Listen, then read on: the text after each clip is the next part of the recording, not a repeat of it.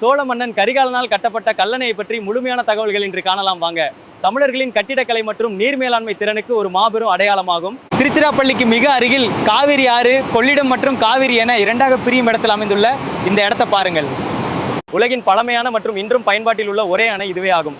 அந்த காலத்தில் சிமெண்ட் அல்லது நவீன இயந்திரங்கள் இல்லாத போதே இது மிகவும் நுணுக்கமாக கட்டப்பட்டது. காவிரி ஆற்றில் வரும் அதிகப்படியான நீரை கொள்ளிடம் ஆற்றுக்கு திருப்பிவிட்டு தஞ்சாவூர் மற்றும் சுற்றியுள்ள பகுதிகளை வெள்ளத்திலிருந்து காத்தது.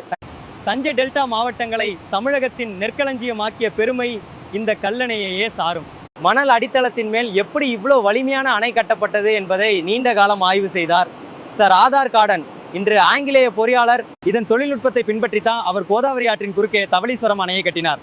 கல்லணையின் பிரமாண்டத்தை கண்டு வியந்து இதற்கு பெரிய அணை என்று பெயரிட்டார். இன்று நாம் பார்க்கும் கல்லணையில் ஆங்கிலேயர் காலத்தில் சில மாற்றங்கள் செய்யப்பட்டு அதன் மேல் பாலங்கள் கட்டப்பட்டிருந்தாலும் அதன் அடிப்படை அடித்தளம் இன்றும் கரிகாலன் போட்ட அதே கற்கள் தாந்தம். சங்க காலத்தில் காவிரி ஆற்றில் அடிக்கடி பெருவெள்ளம் ஏற்பட்டு பயிர்கள் அழிந்து வந்தன. ஆனால் வெள்ளம் வடிந்த பிறகு கோடையில் பாசனத்துக்கு தண்ணி இருக்காது.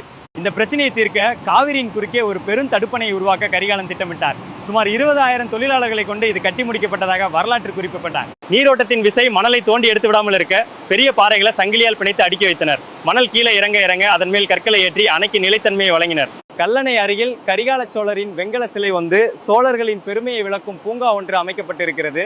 நேரம் கிடைத்தால் சென்று பாருங்கள். இது போல இன்ட்ரெஸ்டான வீடியோ பார்க்க நம்ம சேனலை சப்ஸ்கிரைப் பண்ணுங்க, லைக் பண்ணுங்க.